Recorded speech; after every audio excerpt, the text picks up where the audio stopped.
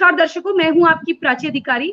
आज हम आपसे बात करने वाले हैं कोरोना काल के दौरान हेलो दीदी। जो हेलो हमारे देश में पीपी किट घोटाला हुआ, हेलो। जिसके बारे में भारत सरकार अवगत नहीं थी, लेकिन बाद में भारत सरकार को अवगत कराया गया।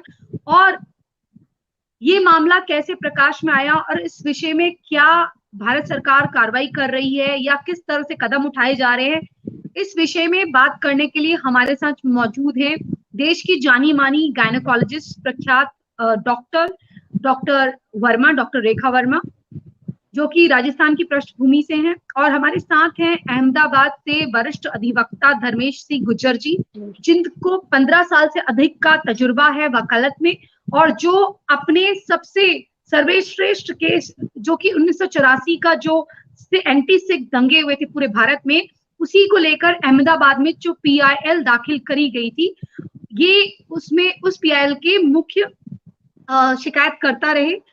इन्होंने ही वो पिटीशन, वो पीआईएल फाइल करा था।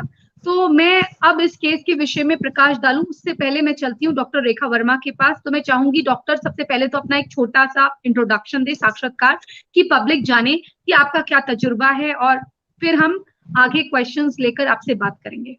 जी डॉक्टर। नमस्कार पहले तो प्राची आप जी। सबका नमस्कार स्वागत है। धर्मेश जी। जी नमस्कार धर्मेश जी। मैं असल में गायनेकोलॉजिस्ट हूँ और मेरा करीब 20-22 साल का एक्सपीरियंस है और मैंने काफी जगह काम करा है और काफी अंतर्राष्ट्रीय स्तर पे भी मेरे को अनुभव है। जैसे मैंने ओमान में भी काम करा है, अफ्रीका में भी काम करा है, इसके अलावा जयपुर में भी काम करा है और एमबीबीएस मैंने जो है एसएमएस मेडिकल कॉलेज से करा था। उसके बाद में पीजी मैंने पीबीएम हॉस्पिटल से करी। लेकिन जब मैं अफ्रीका गई तब मुझे एक बहुत अलग ढंग का एक अनुभव हुआ जो मेरे लिए बहुत ही दर्दनाक था और मतलब कहीं ना कहीं मेरे दिल को बहुत ठेस पहुंचाने वाला था। और मैंने ये जो अनुभव है भारत आके मैंने प्राची जी से, धर्मेश जी से मैंने अपने शेयर करे।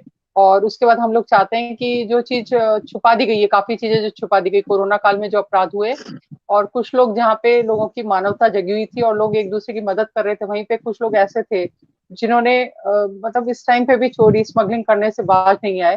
तो मैं चाहती हूँ कि उनके विरुद्ध जो आवाज हम लोगों ने उठाई है तो वो आवाज एक आम नागरिक तक पहुंचे और सभी लोग हमारा इसमें साथ दें। जी जी बिल्कुल। धर्मेश जी, अब मैं आपके पास चलती हूँ। आप भी थोड़ा अपना इंट्रोडक्शन दीजिए, क्योंकि मेरे हवाले से तो आपके बारे में बात करी गई, लेकिन आपके जानिब से, यानी कि आपके थ्रू, मैं ये जानना चाहूंगी कि आपका तजुर्बा और फिर आप इसमें कैसे इन्वॉल्व हुए वो। जी हाँ, बिल्कुल। नमस्कार। मैं धर्मेश चंद्रकांत गुर्जर। मैं पिछले लगभग 15 साल से अहमदाबाद में हाईकोर्ट में प्रैक्टिस कर रहा हूँ। 2011-2012 में मैं गुजरात हाईकोर्ट में एजीपी भी था। एजीपी यानी असिस्टेंट गवर्नमेंट प्लीडर। उसके बाद में मैंने रिजाइन कर दिया था। और ये जो केस की जो अभी बात है रेखा जी के बारे में, तो उन्होंने मेरा कांटेक्ट किया था। फिर उसके बाद में हमारी बातचीत हुई, उन्होंने मुझे डॉक्यूमेंट्स भेजे। फिर जब ये अहमदाबाद आए तो मैटर फाइल करी। फिर फाइल करने के बाद में ये मीडिया में कल तो काफी ये न्यूज गुजरात में काफी चला था। गुजरात के लगभग ऑलमोस्ट सभी न्यूज चैनलों ने इसको कवर करा, इस न्यूज को। जी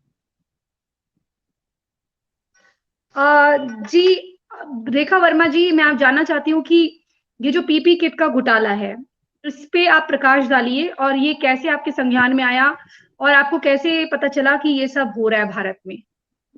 प्राची जी, ऐसा है कि जब कोरोना काल में मतलब पहले मैं थोड़ा सा पृष्ठभूमि में जाना चाहूंगी कि मैं 2019 करीब 16 अगस्त 2019 को मैं जयपुर एयरपोर्ट से मैंने लैंड करा था और मैं मुंबई एयरपोर्ट पे पहुंची। जैसे ही मैं मुंबई एयरपोर्ट पे पहुंची तो मैंने देखा कि मेरे साथ सूटकेस बांध दिए गए हैं जबरदस्ती। करीब उसके लिए एचजे हॉस्पिटल ने कम से कम, आप देखिए कि $600, जो कम से कम 42,000 रुपए होते हैं, उसका भुगतान कराया मेरी टिकटों के साथ में। और 3 बड़े बड़े सूटकेस थे और मुझे ये भी नहीं पता था कि उसमें है क्या। फिर वहां जाने के बाद मुझे पता लगा कि ये इनकी एक कॉमन प्रैक्टिस है कि जो भी भारत से आते हैं, सारे डॉक्टर या मेडिकल स्टाफ या जो भी उनके एचजे कंपनी के जो भी जाएगा, तो उसके साथ ऐसे ही सूटकेस बांध दिए जाते हैं। तो मुझे कुछ उनमें लगा कि ये सही नहीं है ये लोग। उसके बाद वहां जाके मैंने देखा कि ये हम लोगों से काम करवा रहे हैं सर्जिकल वर्क, लेकिन कोई हमारा रजिस्ट्रेशन वगैरह कुछ भी नहीं करवा रहे। तो जो अपने आप में एक खुद अपराध है कि क्योंकि हम जानते हैं कि इंडिया में अगर हमें एक स्टेट से दूसरी स्टेट जाना पड़ेगा तो हमारा रजिस्ट्रेशन उस स्टेट में भी होगा, लेकिन ये तो एक कंट्री की बात है और बिना रजिस्ट्रेशन के हमसे जबरदस्ती काम में लिया जाता है। तो मुझे पता लग गया कि ये आपराधिक पृष्ठभूमि से संलिग्न लोग हैं और आप देखिए कि जब कोरोना काल में भारत में लोग मर रहे थे, हम लोग टीवी पे देख रहे थे वहां बैठ के, और बड़ा हमारा दिल दुख रहा था कि देखिए क्या लोगों की हालत हो रही है, कहीं ऑक्सीजन की कमी है, कहीं पीपी किट की कमी है, कैसे लोग मर रहे हैं, कितनी भयंकर त्रासदी आई हुई है। उस समय पे जब मैं एक बार इमरजेंसी गई तो वहां पे डॉक्टर विवेक गुप्ता थे इमरजेंसी में, तो मैंने देखा कि वहां पे पीपी किटों की भरमार पड़ी हुई है। और वो जो पीपी किट है वो government sale not for supply, मतलब government supply not for sale, मतलब कि उनपे गवर्नमेंट हॉस्पिटल्स के लिए है और उनको बेचा नहीं जा सकता। तो मुझे बड़ा आश्चर्य हुआ कि आखिर ये पीपी किट पहुंच कैसे गए यहाँ पे, और पूरा कमरा भरा पड़ा है। और मैंने जब डॉक्टर विवेक गुप्ता से बोला कि डॉक्टर साहब ये क्या, मतलब ये कैसे आ गए यहाँ पे, तो बोलते मैडम ये क्या है, अभी तो 14-15 हजार और पड़े हुए हैं। तो और बोले कि ये तो बहुत रसूख वाले लोग हैं, इनका कोई क्या कर सकता है, हरी जगतानी तो बहुत पैसे वाला आदमी आदमी है, इसका कोई कुछ बिगाड़ ही नहीं सकता। मतलब आप एक देखिए कि गलत काम कर रहे हैं, ऊपर से इतना घमंड। तो मुझे लगा कि नहीं, कहीं ना कहीं हमारी अंतरात्मा को ये झकोड़ने वाली चीज है। तो तभी ये मैंने सोच विवेक लिया था कि गुप्ता जो नहीं, थे इस चीज को सपोर्ट कर रहे थे, बिल्कुल कर रहे थे, और बिल्कुल कर ये रहे थे खुद वो इस वहां चीज एक को, और डॉक्टर हैं बड़ा, और इन्होंने आवाज नहीं उठाई बिल्कुल इसके बिल्कुल बिल्कुल बिल्कुल आम भारतीय की यही हालत है कि वो इस चीज में, वो केवल अपना पैसा कमाना चाहता है, उसको अपने स्वार्थ से मतलब है, इसके अलावा वो कुछ नहीं करता। वो केवल पैसा कमाएगा और उसे ये क्या हरीश जगतानी का कोई मेडिकल बैकग्राउंड रहा है?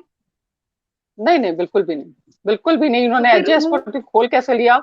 और वो तो खुलेआम बोलते हैं कि हमने एचजे हॉस्पिटल जो खोला है वो बहुत पैसे वाले लोगों के लिए खोला है, और बड़े वीआईपीज आते थे वहां पे हॉस्पिटल में, उस कंट्री के प्राइम मिनिस्टर, क्योंकि मिनिस्टर मेडिकल, जहां तक मुझे प्रेसिडेंट। याद, मुझे मेरी मेरी समझदारी है, जहां तक मेरी समझदारी जाती है, जहां तक मेरी समझ जाती है, वो ये कहती है कि हमारे भारत में ही या कहीं पर भी आप जो हॉस्पिटल्स खोलते हैं, तो आपका कहीं ना कहीं ताल्लुक होना चाहिए मेडिकल फील्ड से, अन्यथा आप नहीं खोल सकते हैं। देखिए प्राची जी, मतलब आश्चर्य की बात है कि जो सीओ भी उन्होंने लगा रखा है, उस सीओ को भी केवल 3 महीने का एक्सपीरियंस है, बाकी बेसिकली वो सिविल इंजीनियर है। तो मुझे लगा नहीं कि वो कोई हॉस्पिटल है, उनको ना तो नियम कायदे पता है, और वो डॉक्टर्स को एज अ कैरियर यूज कर रहे हैं। सही बात ये। तो ये तो एक अपराध की श्रेणी में आता है। बिल्कुल, इसीलिए मैंने आके धर्मेश जी से मैंने कांटेक्ट करा, और धर्मेश जी को भी मैंने सारी बातें बताई। आपसे भी इसीलिए कांटेक्ट करा मैंने, आपको भी देखिए, ये हम सब तो पता है। इसमें लगे हुए हैं, और ये हम, जहां तक हमारी सोच है वो तो हम इस चाहते ही हैं कि आपको न्याय मिले। और ये आपको ही न्याय दिलाना नहीं, एक ये समस्त हमारे भारत के ही डॉक्टर्स नहीं, ये कहीं के भी डॉक्टर्स हो, उनके साथ ऐसा नहीं होना चाहिए, उन्हें कैरियर की तरह इस्तेमाल नहीं करना चाहिए। और दूसरी चीज ये है कि जो हमारे भारत में जब 2019 में, 2020 में इतनी त्राहम मची हुई थी, जहां वैक्सीन की कमी थी, जहां पीपी किट की कमी थी हमारे मेडिकल स्टाफ के पास, लोगों के पास, उस समय के दौरान अगर ये मामला संज्ञान में आ गया होता और ये भारत सरकार को पता चल जाता, तो शायद तहलका ही मच जाता। लेकिन देर आए दुरुस्त आए, कोई बात नहीं। आपने कम से कम आपने हिम्मत तो करी अपना मुंह खोलने की, वरना तो कई लोग ऐसे हैं जो अपने सीने में राज दफन रख के इस दुनिया से भी चले जाते हैं और लोगों को कभी हकीकत पता नहीं चलती। तो आप ये बताइए, जब आप वहां गई और ये सब हुआ, तो यहाँ से, भारत से आपका कैसे रहा? मतलब भारत में जो एयरपोर्ट वगैरह था, वहां का कैसे संज्ञान में आया आपके? देखिए मैं जब वहां से, क्योंकि मुझे पता था कि अगर इस मामले में मैं वहां रहते खुलासा करूंगी तो ये मुझे जिंदा नहीं छोड़ेंगे, ये बात पक्की थी, क्योंकि ये पूरा एक माफिया था और तस्करों का समूह था। तो इसीलिए मैंने वहां हाँ। रहते कुछ भी नहीं बोला, और मैंने चुपचाप इसमें समझदारी समझी कि मैं चुपचाप आ जाऊं यहाँ पे। और यहाँ पे आके फिर मैंने अहमदाबाद जो एयरपोर्ट है उसमें कांटेक्ट करा। अहमदाबाद एयरपोर्ट से कांटेक्ट करके मैंने सारा उनको इस मैटर में मैंने शिकायत दर्ज करी, और हांसोल जो एयरपोर्ट है वहां पे करा, और उसमें उन्होंने, उसके बाद मैंने वकील साहब से जो है धर्मेश जी, उनसे कांटेक्ट करा। आपको भी मैंने इस बारे में बताया प्राची जी, और आपने मेरी काफी मदद करी और मुझे काफी जोश भी दिया। और मैं वकील साहब का भी बहुत मतलब शुक्रिया अदा करती हूँ कि इन्होंने बहुत ही एक अच्छे तरीके से मतलब इसको हाई कोर्ट में दर्ज करा मामले को, और आम लोगों की जो निगरानी में ये चीज लेके आए। और मेरी आम लोगों से यही रिक्वेस्ट है कि भाई इस चीज में चुपचाप नहीं बैठे, कोई भी अपराध होता है तो उसमें चुप नहीं बैठे, बल्कि आम लोगों को भी बोलना चाहिए इस चीज में, क्योंकि ये एक आम नागरिक के साथ अपराध है कि जब हमारे लोग मर रहे हैं और जो हमारे सरकारी अस्पतालों के लिए पीपी किट है वो तस्करी करे जा रहे हैं। देखिए रेखा जी, मैं तो बिल्कुल इस चीज में लगी हुई हूँ और मैं चाहती भी हूँ, और हमने जो प्रधानमंत्री कार्यालय में भेजा है डॉक्यूमेंट्स, और हमें जो आया है निर्देश वहां से, और प्लस जो दूसरी जगह में भी, WHO में भी बात हो रही है, और हम तो और भी आगे इसकी जाने की सोच रहे हैं। तो हमारा ये मानना है कि बिल्कुल न्याय मिलना चाहिए, और अगर आप जैसे लोगों को न्याय नहीं मिलेगा तो ये हमारे आई थिंक देश के साथ ही ये हमारे देश के साथ भी गलत होगा अगर आप जैसे लोगों को न्याय नहीं मिलता है। तो मैं चाहूंगी ना केवल न्याय मिले और ये बात का भी हिसाब किताब हो कि एक आदमी जो यहाँ भारत से जाता है और एक सामान्य वर्ग का है, वो इतना बड़ा आदमी आखिर बन कैसे जाता है, आखिर ऐसी कौन सी उसके पास हुक्म का इक्का है या क्या उसने इस प्रकार का कार्य करा है, और भारत में उसका क्या कंट्रीब्यूशन है। क्योंकि अगर कोई भी इस तरह से कमाई कर रहा है तो भारत में भी उसका कुछ अगर टैक्स का योगदान है तो वो किस तरह से है, या भारत में उसके कोई कारोबार है इनडायरेक्ट या डायरेक्ट, तो उसमें उसका क्या है। क्योंकि ये तो आय से अधिक इनकम हो गई है, और किस तरह से आपने पैसा कमाया, ये सारी चीजें ईडी से लेकर वो दूसरे अन्य विभाग जो है, इंटरपोल जो है, सारी लोगों को संज्ञान में लेना चाहिए। और पहले तो ऐसे व्यक्ति का आई थिंक पासपोर्ट कैंसिल भी होना चाहिए, मेरे हिसाब से लगता है मुझे।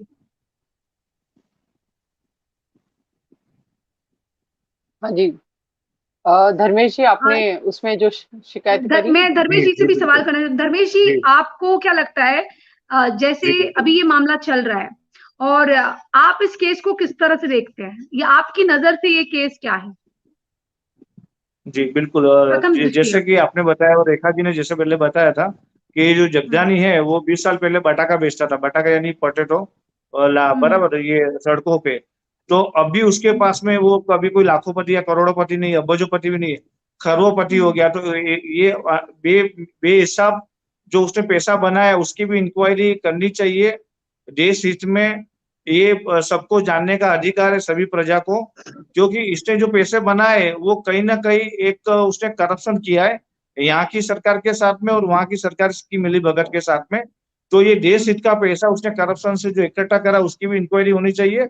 और ये सभी को जानने का अधिकार है भारतीय, और देश के हित में है।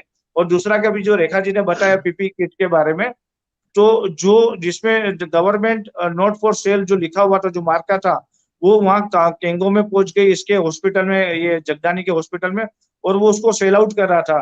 तो ये उसके भी पीछे काफी बड़ा स्कैंडल है, उसके पीछे कौन कौन अधिकारी, कौन कौन नेतागण शामिल है, उसकी इंक्वायरी होनी चाहिए। ये जो मामला है वो कोई आपका मेरा या रेखा जी का नहीं है, वो देश का मामला है। देश हित में ये चीज को बाहर लाना ही चाहिए, सरकार की फर्ज में आता है। अब हमने जो दाखिल करी है हाई कोर्ट के अंदर जो पिटीशन, और सीबीआई और बाकी स्वतंत्र जो एजेंसी की जो मांग करी है, वो तो जो आने वाले समय में नामदार कोर्ट डिसाइड करेगी। पर सरकार की भी एक प्राथमिक फर्ज में आता है कि देश हित में ये मामला का संज्ञान लेके इसकी इंक्वायरी करे।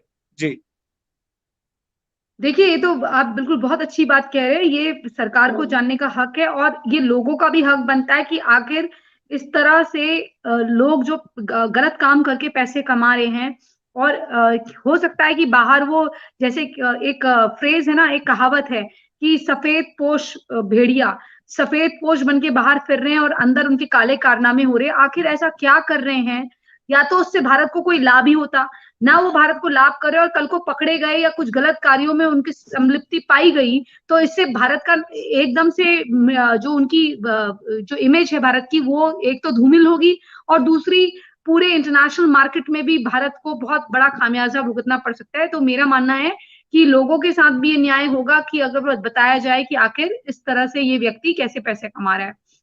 रेखा जी, अब मैं आपसे पूछना चाहूंगी कि जब आपको ये बातें पता चल गई तो क्या आपने इसके विरुद्ध वहां रहकर आवाज उठाई? देखिए प्राची जी, मुझे वहां पे काफी उत्पीड़न झेलना पड़ा, और वो आगे के एपिसोड में वो सारा बताऊंगी मैं आपको। बहुत जी ही मेरे साथ जी टॉर्चर था कि बस ये आप सोच लीजिए कि मैं बच के आ गई कैसे भी। लेकिन क्योंकि मैं जानती थी कि पूरा माफिया है, और मुझे ये जिंदा नहीं आने देगा। उनको पता लग गया था, थोड़ा बहुत तो हिंट था, लेकिन उनको पता नहीं था कि भाई इतना जाके मैं स्टेप उठा दूंगी। तो इसीलिए मैंने वहां चुप रहने में ही समझदारी समझी, क्योंकि अगर मैं वहां कुछ बोलती तो वो मुझे किसी हालत में जिंदा नहीं आने देता, क्योंकि सारा सब कुछ उसी के हक में था। पूरा जुडिशियल सिस्टम उसने कैप्चर कर रखा है, पूरा मतलब उस कंट्री का वो अंबानी अडानी आपके सोच लीजिए। पूरा जुडिशियल सिस्टम से लेके पूरा पुलिस डिपार्टमेंट सब कुछ उसके इशारे पे नाचता। वो चाहे तो किसी को जिंदा छोड़े, चाहे तो किसी को मार दे। तो वहां पे रहते मैंने नहीं बोला वहां पे, लेकिन हाँ, इसने मेरे को सर्विस से टर्मिनेट करा। उसके बाद मुझे बहुत विरोध भी सहन करना पड़ा। मैं वहां पे कोर्ट भी गई थी, लेकिन वो दूसरे मैटर पे गई थी। ये वाला मैटर मैंने वहां बिल्कुल भी नहीं उछाला था, क्योंकि मुझे जिंदा नहीं आने देता इसीलिए। लेकिन भारत में आते ही मैंने इसके विरुद्ध आवाज उठाई। वकील साहब, आप कैसे देखते हैं ये जो पर्सनल उत्पीड़न का मामला जो बता रहे हैं, इसमें किस तरह से कार्रवाई हो सकती है? आप इसे किस तरह से आगे ले जाएंगे? अगर आप खुल के नहीं भी बताना चाहें तो फिर भी आप स्टेप वाइज थोड़ा बहुत बता सकते हैं। देखिए, सबसे पहले तो रेखा जी की दाद देनी पड़ेगी कि इन्होंने ये सब मामला जो प्रकाश में लाए। जो पीपी किट का जो यानी यहाँ के अधिकारी और नेतागण मिलके यहाँ की जो पब्लिक का जो था, वो विदेश में ये जगदानी के हॉस्पिटल में वो लोग इसको भेज देते थे। इस मामले की इन्होंने ये airport authority of India Ahmedabad में इन्होंने फरियाद करी, रेखा जी ने। कस्टम डिपार्टमेंट में भी उन्होंने ईमेल से फरियाद करी। फिर यहाँ जो सीपी है अहमदाबाद में और जो लोकल पुलिस स्टेशन के जो पीआई है, डीवाईएसपी, उनको भी मिलके उनको भी ईमेल करी, सब करी।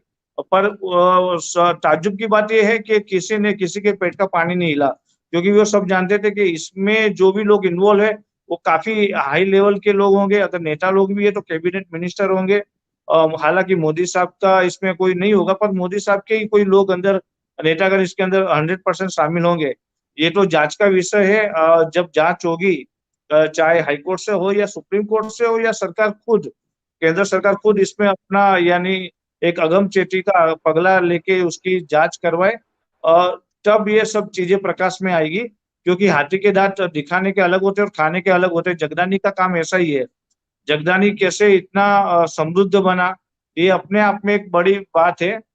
जी, ये मामला बाहर आना ही चाहिए। जी बिल्कुल। इसमें एक देखिए, चीज और मुझे मैं लगता बोलना है चाहूंगी कि प्राची जी जी, इसमें बोलिए एक रेखा चीज जी। और मैं बोलना चाहूंगी। इसके तार राजस्थान से भी काफी जुड़े हुए हैं। जहां तक मुझे पता है ये नोएडा से बना है, नेस्बा हेल्थ केयर प्राइवेट लिमिटेड ने बनाया है। उसके बाद में ये आता हुआ जी क्या राजस्थान बोले आपने? से नेस्बा हेल्थ केयर प्राइवेट लिमिटेड, जो कि उत्तर प्रदेश से है, वहां से इसका प्रोडक्शन हुआ है पीपी किट का। वहां पे सील लगी है, इस पे government supply not for cell है। वहां से होता हुआ ये राजस्थान में भी आया है। और राजस्थान के थ्रू ये जो एक मतलब केवल यहाँ पे नहीं, फॉरेन में नहीं, मुझे ये भी न्यूज मिली है कि ये लोकल इंडिया में भी काफी जगह बिका है। मतलब गवर्नमेंट हॉस्पिटल के जो पीपी किट आ रहे हैं जो आम लोगों के लिए है, उसकी अच्छे खासे मार्केट में कालाबाजारी की जा रही थी। और ये हरी जगतानी ने वहां पे बकायदा इसको अफ्रीका में पहुंचाया है और वहां पे इसको बेचा गया है। जी, ये तो बहुत संगीन आरोप हैं और इसकी जी तो बिल्कुल जांच होनी चाहिए। और ये प्रथम दृष्टिया ऐसा सुनाई दे रहा है, अगर मैं कानून की भाषा में बात करूं, कि मतलब अगर अपराध सिद्ध होते ही ऐसे लोगों को तो जेल भेजना चाहिए। और महामारी एक्ट और दूसरा देश के खिलाफ आपराधिक षड्यंत्र रचने के भी मामले, आई थिंक मेरे हिसाब से, क्योंकि घर में सब वकील हैं तो उस हिसाब से मैं बात कर रही हूँ, जो प्रथम दृष्टिया संज्ञान में आ रहा है वो सुनने में ऐसा ही लग रहा है मुझे। अब इसमें तो वकील साहब ज्यादा अच्छी तरह से बता पाएंगे, क्योंकि ये कानून का मसला है। हालांकि मैं भी एक कानून के परिवार से आती हूँ, लेकिन ये प्रथम दृष्टिया ऐसा ही सुनाई दे रहा है जैसा मैं समझ पा रही हूँ कि ये मतलब ये तो बड़ा आपराधिक षड्यंत्र है देश के विरुद्ध। ये तो महामारी एक्ट में भी आ रहा है, क्योंकि महामारी के दौरान महामारी एक्ट का भी आपको पता ही है कि इस तरह से नहीं करना चाहिए। और ये मेडिकल फील्ड में जो हो रहा है उसके लिए भी एक अपराध है। दूसरा, ह्यूमन राइट्स के साथ उल्लंघन है, क्योंकि लोगों के जो आम ह्यूमन है, जो आम मानव लोगों के मानव अधिकार हैं, उसका हनन है। उनको ना मिलके ये दूसरों को मिल रहा है। पहले अपने घर में आप नहीं बांट रहे हैं, दूसरों को कर रहे हैं। और दूसरा, ये जो सरकार के मापदंड है, नियमावली है, उसके विरुद्ध भी आप चल रहे हैं। तो मुझे लगता है कि वकील साहब आप इसमें थोड़ा सा संज्ञान इसमें प्रकाश डालिए थोड़ा सा। जी बिल्कुल। एक कहावत है ना हिंदी में कि खोदा यानी चूहा, यानी खोदा चूहा तो निकला पहाड़। यानी कहने का मतलब कि अगर इसकी इंक्वायरी जो अगर ईमानदारी से की जाएगी तो सिर्फ ये पीपी किट का मामला नहीं है। ऐसा भी सुनने में आया है और ऐसे एलिगेशन है जगदानी के ऊपर, हरीश जगदानी के ऊपर, कि वो ह्यूमन ऑर्गन्स का भी वो स्मगलिंग करता है। इवन के यहाँ से जो डॉक्टर्स है, नर्स है, जो जमात जाती है, उनके साथ में भी वो गलत करने का प्रयास करता रहता है। यानी वन काइंड ऑफ प्रोस्टिट्यूशन का भी वो मजबूरी में काम करवाने का पूरा कोशिश करता है। जो उसको सरेंडर नहीं करती, उसका पासपोर्ट लेके उसको मरने के लिए छोड़ देता है वो जगदानी और उसकी कंपनी। तो ये गुज्जर जी हमने भी सुना है, ये हमने भी सुना है, और मैंने डॉक्टर रेखा वर्मा से कहा भी था कि आप इसमें बोलने में इसलिए मत डरिएगा, क्योंकि हम अगर आरोप लगा रहे हैं, मैं मानवाधिकार कार्यकर्ता हूं, आप वकील हैं, और ये भुक्तभोगी हैं, तो अगर इंसान के साथ ऐसा हुआ है या उसने ऐसा देखा है, चलिए हम आरोप लगा रहे हैं तो हमें आरोपों को मना करिए ना। हमने ये तो नहीं कहते कि आप अभियुक्त हो गए, हमने भारत सरकार पे छोड़ा है कि आप भी कुछ कार्य करिए। हमने आरोप लगाया कि तुमने चोरी करी है, तो अब ये सिद्ध करो कि चोरी नहीं करी है। तो हम अगर हम गलत होंगे तो हम माफी मांग लेंगे, लेकिन अगर हम गलत नहीं है तो तुम वो तो करो, जांच तो करो। हम मानवाधिकार कार्यकर्ता हैं, वकील हैं, और इन्होंने देखा है या इन्होंने सुना है, तो आप चलिए, हमें, हम गलत हैं तो आप सही हो, तो हमें सही करके तो बताइए उस चीज को। जी बोलिए वकील साहब। जी बिल्कुल, ये हरीश जगदानी जैसे लोग जो है वो खाली एक अपने देश के दुश्मन या देश के गुनहगार नहीं है, वो पूरी मानव जात के गुनहगार है। तो ऐसे लोगों के ऊपर तो तटस्थ इंक्वायरी करके उनको सलाखों के पीछे भेजना ही सही है। बाकी अगर ऐसे ही छोड़ते रहे तो ये दुनिया का हाल ऐसे ही जगदानी अपने मन हिसाब से चलाता रहेगा, और जो निर्दोष और इनोसेंस जो लड़कियां है, वुमेन्स है, उनका वो शोषण करता रहेगा। सबसे बड़ी बात तो ये है, मैंने देखी है कि लड़कियां, जैसे डॉक्टर इतना खुल के बात कर रही हैं, औरतें नहीं बोल पा रही हैं, और जबकि मुझे लगता है कि चंद पैसों के लिए आदमी को ये नहीं सोचना चाहिए कि मैं मुंह बंद कर लूं। हो सकता है इससे आगे करियर और अच्छा हो जाए, लेकिन अगर आप गलत को सहेंगे, आप 20,000 या 35,000 रुपए में जा रहे हैं, जो जो नर्सेज हैं या स्टाफ हैं, और वहां जाके उनको $1,000 मिल जा रहा है, तो उनको लगता है कि बहुत 70,000 80,000 मेरे लिए बहुत है, इसमें वो सब कर रही हैं। तो इससे अच्छा तो, अगर इससे बढ़िया तो आपको किसी एस्कॉर्ट एजेंसी में मिल जाता, जो आपको कार्य करके आप इस तरह का गलत कार्य कर रहे हो। तो मुझे लगता है कि अपनी इज्जत के साथ और अपने प्रोफेशन के साथ, दोनों के साथ जो खिलवाड़ कर रही हैं औरतें, और खुल के नहीं बोल पा रही हैं, और उनके चक्कर में जो अच्छी लड़कियां होती हैं, उनके चक्कर में जो अच्छी लड़कियां होती हैं, या तो वो आत्महत्या करती हैं, या वो अपने जॉब से पीछे हट जाती हैं, या फिर घरों में बैठ जाती हैं। तो ऐसा नाइंसाफी ना हो करके लड़कियों को बोलना चाहिए। बिल्कुल बिल्कुल प्राची जी, आप सबसे आश्चर्य की बात है कि जब आप फॉरेन कंट्रीज में जाते हैं तो आप किसका सहारा लेंगे अगर आपके साथ टॉर्चर हो रहा है? इंडियन एम्बेसी का तो सहारा लेंगे आप, लेकिन इंडियन एम्बेसी तो बिल्कुल उनकी पिछलग्गू है। मतलब लगता है कि इंडियन एम्बेसी इनको ना तो कुछ नियम कायदे पता है, बिल्कुल गुलाम है। आप देखिए कि हरीश जगतानी को मुझसे मेरे साथ एम्बेसी बुलाया गया है, तो आप देखिए कि जो सुरेंद्र जी हैं, जो इन्वेस्टिगेशन ऑफिसर है, उनको ये पता नहीं है कि आप किस पोस्ट पे हैं। हरीश जगतानी के लिए आप बकायदा अपने प्रोटोकॉल छोड़ के खड़े हो रहे हैं, मेरे फोन बाहर रखा जा रहे हैं, लेकिन हरीश जगतानी फोन लेके आ रहा है, मेरी गाड़ी को बाहर रखा जा रहा है, लेकिन हरीश जगतानी को एज अ वीआईपी ट्रीटमेंट दिया जा रहा है। अच्छा, इतना अपराध हो चुका है, सब कुछ मैं लिख चुकी हूँ, लेकिन उसके बावजूद आप ये चीज देखिए कि 26 जनवरी पे वीआईपी की तरह उसे बुलाया जा रहा है, कितने शर्म की बात है। तो मतलब हमें लगता नहीं कि भी किससे लोग शिकायत करने जाए। सबसे बड़ी बात है कि एक तो विदेश में, इसीलिए लोग उत्पीड़न झेलते हैं, और सबसे बड़ी बात है कि हमारे लोगों में भी कमी है कि हम लोग किसी अपराध के विरुद्ध बोलते नहीं है, हम लोग चुपचाप रहते हैं, केवल ये सोचते हैं कि हम अपना पैसा कमा ले, वही सब कुछ। यस बिल्कुल, इंडियन एम्बेसी करती है वहां पे, बिल्कुल मैंने देखा, पिछलग्गू है बिल्कुल, और कभी भी गवर्नमेंट ऑफ इंडिया को सही बात नहीं पहुंचाती है। जब रक्षक ही भक्षक बन जाते हैं तो उसी दौरान इस तरह के हालात बनते हैं, तो आदमी जो है वो डरता है कि आखिर वो किसके पास ले जाए अपनी जो। और देखिए सारा उसका तंत्र उसके कब्जे में है वहां पे, आप ऐसा नहीं देखिए, सारा तंत्र उसके कब्जे में है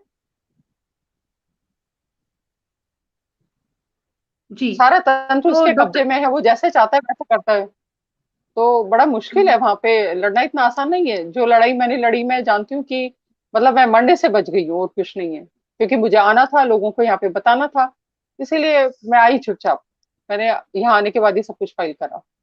और मैं दर्शकों को बताना चाहूंगी कि आज के newspaper times of India Ahmedabad में ये खबर छपी है, और आप लोग इसे पढ़ सकते हैं। और ये आई थिंक अगर भारत सरकार इस पे निष्पक्षता से जांच करे, जैसा कि हमने भी इसलिए इन विषयों में लिखा है भारत सरकार को, और इसकी जांच चल रही है, और ये मामले बहुत सारे बड़े बड़े अधिकारियों को सौंपे जा चुके हैं, और ये जांच चल रही है। अगर वाकई में निष्पक्षता से जांच हुई तो ये आदमी अपराध न केवल अपराधी घोषित होगा, बल्कि मुझे लगता है इसका पासपोर्ट भी सीज होना चाहिए। दूसरा, इसको इससे इंक्वायरी होनी चाहिए और पूछताछ होनी चाहिए। जब विजय माल्या आ सकता है रडार में, तो ये आदमी क्यों नहीं आ सकता?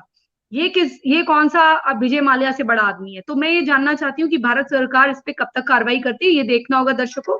और डॉक्टर, मैं आगे भी आपसे जुड़ते रहूंगी, और अगर कुछ आपके मन में अभी है तो वो भी बताइए, और हम आपसे दोबारा भी आपका जो पर्सनल जर्नी रही, जो आपने उत्पीड़न झेला, उसके विषय में अपने दूसरे एपिसोड में आपसे बात करेंगे। क्योंकि ये जो मामला आप बता रही हैं, और काफी कुछ खुलासे आपके पास आपने करने हैं, जो व्यापम घोटालों से भी बड़े घोटाले हैं, ऐसे विषयों में भी हमको बात करनी है, क्योंकि हम चाहते हैं कि भारत में जो अपराध है और अपराधी हैं, वो ये ना समझे कि वो अछूते रहेंगे। अगर उन्होंने अपराध करा है, और वो चाहे वो ओबीसी का नकली सर्टिफिकेट बनाना हो या कुछ हो, अगर ऐसे लोग भी हैं तो ऐसे लोगों को भी धरपकड़ करी जाएगी, और किसी को भी छोड़ा नहीं जाएगा, चाहे वो जगतानी हो या ओबीसी मामलों सर्टिफिकेशन की गड़बड़ करने वाली यूनिवर्सिटीज हो, उनको भी हम सोचते हैं कि बचना नहीं चाहिए। तो ये सारे मामले हम संज्ञान में लाएंगे। अगर आपके मन में कोई बात है डॉक्टर साहब, तो अभी आप बताइए हमें, फिर आपसे हम दूसरे प्राची जी एपिसोड में बात देखिए, करेंगे। मैं एक सोशल एक्टिविस्ट हूँ और साथ में एक मैं अपने आप को एक आम नागरिक समझती हूँ, लेकिन मैं सोचती हूँ कि चुप रहना गलत चीजों पे सही नहीं है। मेरे पास बहुत, क्योंकि मैं एक कुछ न कुछ मैं कानून की ज्ञाता भी हूँ, और मुझे लगता है कि कोई चीजें गलत हो रही है तो उस पर जरूर बोला जाए। इसीलिए ये एक अपने आप में एक अनोखा मामला है पीपी किट वाला, क्योंकि हम लोग को ये डाउट तो जरूर हो रहा था कि आखिर हमारे पास इतनी डेफिशिएंसी कैसे हो रही है, इतना सब कुछ इंडिया में प्रोडक्शन हो रहा है लेकिन लोग हमारे मर क्यों रहे हैं। तो उसमें कहीं ना कहीं ये चीज कहीं ना कहीं हवा जरूर देगी कि इसकी सच्चाई क्या है। और क्योंकि मैंने अभी बहुत छोटा कुछ बताया है आपको, क्योंकि आने वाले टाइम में आप भी जानते हैं कि बहुत कुछ है मेरे पास में जो हम बता सकते हैं, और हम इस मामले में खुलासा करेंगे। और मैं चाहती हूँ कि वकील साहब बहुत अच्छी तरह काम कर रहे हैं, वकील साहब का और आपका बहुत अच्छा सहयोग बनेगा, और हम इसमें बहुत ऊंचाई पे इस मामले को ले जाएंगे। और मैं यही चाहती हूँ कि मेडिकल फील्ड एक ऐसा फील्ड है जो कि आम नागरिक से जुड़ा हुआ है, एक इंसानियत से जुड़ा फील्ड है, तो उसमें ये गंदगी नहीं घुसनी चाहिए। तो मैं आप बिल्कुल सबकी बिल्कुल, मदद जरूर। देखिए हम भी ये चाहते हैं कि ये गंदगी साफ हो, और मेडिकल फील्ड एक सुरक्षित फील्ड रहे, जहां पर लोग डॉक्टर को अपना भगवान समझते हैं, या मेडिकल से जुड़े लोगों को अपना आदर्श मानते हैं, या हर माँ बाप की ख्वाहिश होती है उनका बच्चा एक डॉक्टर बने, ना कि एक चेन सप्लायर या कोई नार्कोटिक सप्लायर, या फिर कोई किसी का कैरियर। तो वो सब बच्चों को नहीं बनना है, उनको आगे चलकर अगर अच्छा डॉक्टर बनना है तो केवल डॉक्टरी करनी है और लोगों का ट्रीटमेंट करना है, ना कि किसी की सप्लाई चेन का उनको कोई कैरियर बनना है, या नेटवर्क स्थापित करना है कि ये इक्विपमेंट यहाँ से बाहर सप्लाई करेंगे और भारत के विरुद्ध साजिश रचेंगे। तो हमें दूसरा जगतानी नहीं बनाना, ना मालिया बनाना है। हम चाहते हैं आप सक्सेसफुल बिजनेसमैन बने, लेकिन देश के विरुद्ध और घोटाले करके ना बने, अपनी मेहनत से बने, मेहनत करके बनिए। तो वो हम उसमें सबका साथ देने को तैयार है, और जो लोग इस प्रकार का कार्य कर रहे हैं उनके विरुद्ध हम खड़े हैं, आपके साथ कंधे से कंधा मिलाकर। जी वकील साहब, आपके कुछ लास्ट वर्ड आज के एपिसोड में। जी बिल्कुल प्राची जी और रेखा जी, आप जो कार्य कर रहे हैं काफी अच्छा है, और प्राची जी आपका जो शो है वो जनहित और राष्ट्र हित के लिए काफी प्रेरणादायी और प्रशंसा के पात्र है। Thank you. बहुत बहुत धन्यवाद। और जो भी धन्यवाद लोग जी। अहमदाबाद की तरफ जाएं, वो धर्मेश गुर्जर जी से संपर्क करें। अगर हमसे कहेंगे तो हम उनका संपर्क प्रोवाइड करा देंगे, और कुछ भी आपको कानून की जानकारी वगैरह लेनी होगी तो गुर्जर जी से संपर्क करें। और कुछ भी आईवीएफ या मेडिकल फील्ड से रिलेटेड कोई भी कार्य हो तो रेखा वर्मा जी से, क्योंकि ये लोग अपने अपने फील्ड में न केवल महारत हासिल करे हुए, जबकि इनके जो मानवाधिकार को लेकर जो सोच है, उससे इनको एक अच्छा डॉक्टर, एक अच्छा वकील बनाते हैं। और हमारा यही प्रयास रहता है कि आखिरी छोर के इंसान के लिए भी हम खड़े रहें, उसी प्रकार से हम इनके लिए भी खड़े हैं। हमारे लिए गरीब अमीर सब बराबर है, और हम चाहते हैं जो भी देश के विरुद्ध कार्य करे हम उसके विरुद्ध खड़े हों, और जो देश हित में कार्य करे हम उसके साथ खड़े हों। हमारा यही उद्देश्य है कि जो भी बढ़े हमारे लोग बढ़े, और हम अपने लोगों को ही उनकी ऊंचाइयों तक छूने और बुलंदियों के छूने को मदद करे। इसी संदेश के साथ मैं डॉक्टर वर्मा आपका, और धर्मेश सी गुर्जर जी आपका बहुत बहुत धन्यवाद आपको करती हूँ कि आप यहाँ पर आए। आप दोनों को बहुत बहुत साधुवाद, और बहुत अच्छा कार्य कर रहे हैं आप। और मैं आशा करती हूँ, अपेक्षा करती हूँ भारत सरकार इसका संज्ञान अवश्य लेगी, जिस प्रकार से हमने भी भारत सरकार को लिखा है और भारत सरकार के अन्य विभागों को भी लिखा है। इसमें वो संज्ञान लेकर इसको बाहर प्रकाश में मामला इस मामले में प्रकाश डालकर इस मामले में आपको न्याय अवश्य दिलाएगी। और ये मामला केवल आपके न्याय का नहीं, सारे डॉक्टरों की जमात के लिए है और दूसरा लोगों के लिए भी जो उनके जानने का हक है, और भारत के साथ भी एक बड़ा न्याय होगा। धन्यवाद रेखा जी, धन्यवाद धर्मेश। धन्यवाद धन्यवाद धन्यवाद।